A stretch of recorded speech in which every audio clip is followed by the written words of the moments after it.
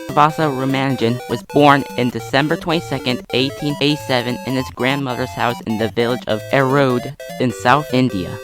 His family was pretty poor as his father was just a merchant shop clerk in Kumbakonam. At the age of 5, he attended many different primary schools over the course of his life, and he was a pretty good student. By the age of 16, he discovered the book known as Synopsis of Elementary Results and Pure Mathematics by G.S. Carr. He learned a lot of mathematics from that book, and by 1904, he discovered the series Stigma 1 over n by himself. In 1906, he joined Pachaiyappa's college despite being sick in the first 3 months. He was still able to do classes there. Studying from the book, unfortunately, decreased his grades in other classes. He kept failing non-math exams and was eventually kicked out of the college. For the next couple of years, he lived with his friends in the town of Visakhapatnam while making mathematical discoveries in his notebooks. And during 1909, he was arranged to marry a 10-year-old girl named S.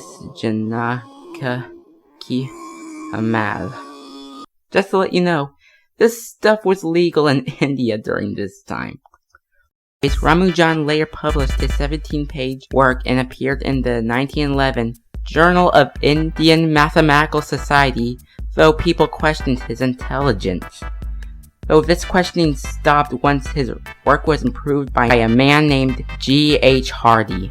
He was named a research scholar at the University of Madras, receiving twice his clerk's salary than he was making. Eventually, Hardy wanted to bring him to jolly old England, and despite traveling to another country was an idea looked down upon in India, he decided to go anyway.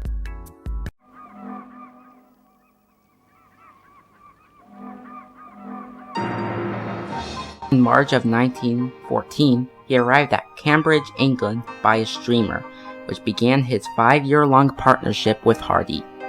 Well, these two were an interesting duo to say the least, as Hardy would have to fill in the gaps of Ramanujan's lack of education. The way he put it was, I arrived at by a process of mingled arguments, intuition, and induction of which he was entirely unable to give any coherent account.